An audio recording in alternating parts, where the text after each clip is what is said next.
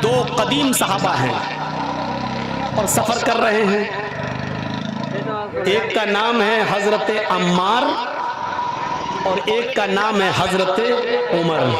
عمر فاروق کا تو نام بہت اچھی طرح جانتے ہو, اور عمار کا بھی نام جانتے ہوں گے. حضرت سمیہ کے بیٹے ہیں عمار, وہ سمیہ جن کو شرمگاہ میں نیزہ داخل کر دیا گیا تھا اور اسلام میں پہلی جو شہید ہوئی تھی خاتون وہ. اب سن لیجیے آپ میری بات. دونوں سفر کر رہے ہیں اور رات میں جنگل سے گزر ہو رہا ہے. سوچتے خطرناک جانور ہیں, اس لیے اسی جنگل میں سو لیا جائے, آرام کر لیا جائے. انہوں نے اپنی اپنی چادر بچھائی اور سو گئے. فجر کی نماز میں دونوں کو اٹھنا تھا. فجر کی نماز میں دونوں کو اٹھنا تھا. بہت دلچسپ بات کیا سنا رہا ہوں, آپ کو بھی مزہ آئے گا, سنیے. اور جن کو مسئلہ معلوم نہیں ہوگا وہ مسئلہ بھی جان جائیں گے. دونوں کو فجر کی نماز میں اٹھنا تھا اور دونوں فجر کی نماز کے وقت اٹھے, لیکن دونوں ہی جنبی ہو گئے. جنبی سمجھتے ہیں؟ دونوں کو ہی غسل کی ضرورت پڑ گئی. اب تو سمجھ گئے نا, کھل کر کہنے کی ضرورت نہیں ہے. یعنی دونوں انسان ہیں, آدمی سوتا ہے, دونوں کو ہی نائٹ فال ہو گیا. غسل کرنا پڑے گا تبھی نماز ہوگی, لیکن پانی نہیں. اب کیا کیا جائے؟ تو حضرت عمار کہتے ہیں عمر جی مجھے مسئلہ معلوم ہے. کہا کیا؟ سنیے, بہت سلو سنا رہا ہوں تاکہ آپ کے دماغ میں بالکل گھسا دوں. کہا عمر مجھے مسئلہ معلوم ہے. اللہ کے نبی جمعہ کا خطبہ دے رہے تھے تو آپ نے فرمایا جب پانی نہ ملے تو پاک مٹی سے تیمم کر لو. حضرت عمر کہتے چپ رہو. جس مسجد میں اللہ کے نبی نے یہ خطبہ دیا اس میں ہم بھی تھے. آپ نے یہ بات کہی تھی کہ پانی نہ ملے تو تیمم کر لو, لیکن وہ وضو کے لیے کہا تھا, غسل کے لیے نہیں. ہم کو وضو کی ضرورت نہیں ہے, غسل کی ضرورت ہے. اللہ کے رسول نے اس مسجد میں جو جمعے کا خطبہ دیا تھا اس میں یہ کہا تھا کہ اگر وضو کے لیے پانی نہ ملے تو تیمم کر لو. دونوں ہاتھ پاک مٹی پہ مار کے تھوک لو, چہرے پہ پھیر لو, دائیں ہاتھ بائیں ہاتھ پر, بائیں ہاتھ دائیں ہاتھ پر پھیر لو تو تیمم ہو جاتا ہے. یہ اللہ کے نبی نے بتایا تھا. تو یہاں تو وضو کا معاملہ نہیں ہے, ہم لوگ ناپاک ہیں, ہم لوگ کو غسل کی ضرورت ہے. حضرت عمار کہتے ہیں تو ایک کام کریے نا, وضو میں ہاتھ پیر منہ کلا کیا جاتا ہے اور یہ سب دھلا جاتا ہے. ہم کو غسل کی ضرورت ہے اس لیے پورے جسم پہ مٹی پھیر لیتے ہیں. ایسا کرتے ہیں, یعنی اپنا دماغ لگا رہے ہیں. دیکھیے حضرت عمر کہتے ہیں نہیں ہمیں کوئی اچھا نہیں لگ رہا ہے. کیوں؟ ہم کو مسئلہ معلوم نہیں, ایسا نہ ہو ایسا کرنے پر گناہ ہو. تو حضرت عمار نے اپنی عقل چلائی اور حضرت عمر نے اپنی عقل چلائی. حضرت عمار نے کہا تمہیں نہیں پڑھنا مت پڑھو, میں تو پڑھوں گا نماز. تو حضرت عمار نے کیا کیا, ایک جھاڑی کے پیچھے چلے گئے, مٹی پڑی تھی. بخاری شریف کے حدیث کے الفاظ ہیں اپنے جسم کو اس پر پورا مٹی میں لوٹ لیا. بخاری میں کیا ہے, کما تمرق الدابہ, یتمرق کما تمرق الدابہ. حضرت عمار مٹی پر ایسے لوٹے, ایسے جیسے چوپایا. آپ نے دیکھا ہوگا جانور کو مٹی میں ایسے کرتا نا, پھر جھاڑ دیتا اپنے آپ کو, پورے جسم پر مٹی ہو جاتی ہے اس کے. تو حضرت عمار نے ایسے ہی کیا, پورا کر کے پورے جسم پر مٹی مل لی اور گئے اور نماز پڑھ لی. حضرت عمر دیکھ رہے ہیں, انہوں نے نماز نہیں پڑھی. حضرت عمار نے پڑھ لی. حضرت عمر نے کہا پتہ نہیں صحیح ہوا کہ غلط. نہیں, انہوں نے اپنی عقل دوڑائی, نماز نہیں پڑھی. شہر میں گئے, صبح سورج نکلنے کے بعد پانی مل گیا, اور جیسے ہی پانی ملا تو حضرت عمر نے سب سے پہلے غسل کر کے فجر کی نماز قضا کر لی, پڑھ لی. اس زمانے میں موبائل کا دور نہیں تھا. دبایا, ہاں جرجی صاحب ذرا بتائیے تو اس زمانے میں فون کا زمانہ نہیں تھا, اللہ کے رسول سے مسئلہ معلوم کر لیا جائے. اب سنیے, عمار ابن یاسر نے نماز پڑھ لی, حضرت عمر نے نہیں پڑھی. جب سورج نکل گیا, پانی مل گیا, تب عمر فاروق نے نماز پڑھ لی. جب سفر ختم ہوا تو یہ دونوں جب مدینے آئے تو اللہ کے نبی صلی اللہ علیہ وسلم سے دونوں نے اپنا اپنا قصہ بیان کیا کہ اللہ کے رسول بتائیے ہم دونوں میں کون صحیح، ہم دونوں میں کون صحیح؟ تو اللہ کے نبی نے فرمایا اچھا دونوں کو غسل کی ضرورت پڑ گئی؟ کہا عمار تم نے کیا کیا؟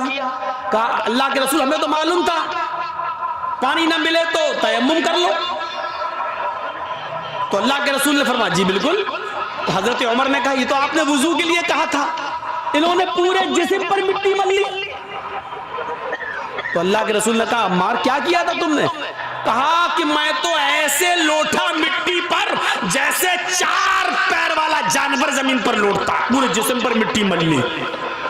تو اللہ کے رسول مسکرائے اور مسکرا کر کہتے کہ عمار تم نے غلط کیا، تمہیں ایسا نہیں کرنا چاہیے تھا۔ اور حضرت عمر بڑے خوش ہیں، یہ غلط ہو گئے تو ہم تو صحیح ہوئے ہوں گے، ان کی غلطی ہے تو ہم صحیح ہو گئے، ہم نے نماز نہیں پڑھی ہم صحیح ہو گئے۔ تو کہ لے اور پورے جسم پر مٹی مل لو ہو گئے نا۔ تو کہا حضرت عمار نے اللہ کے نبی ان کا سنو انہوں نے کیا کیا؟ تو حضرت عمر سے پوچھا تم نے کیا کیا؟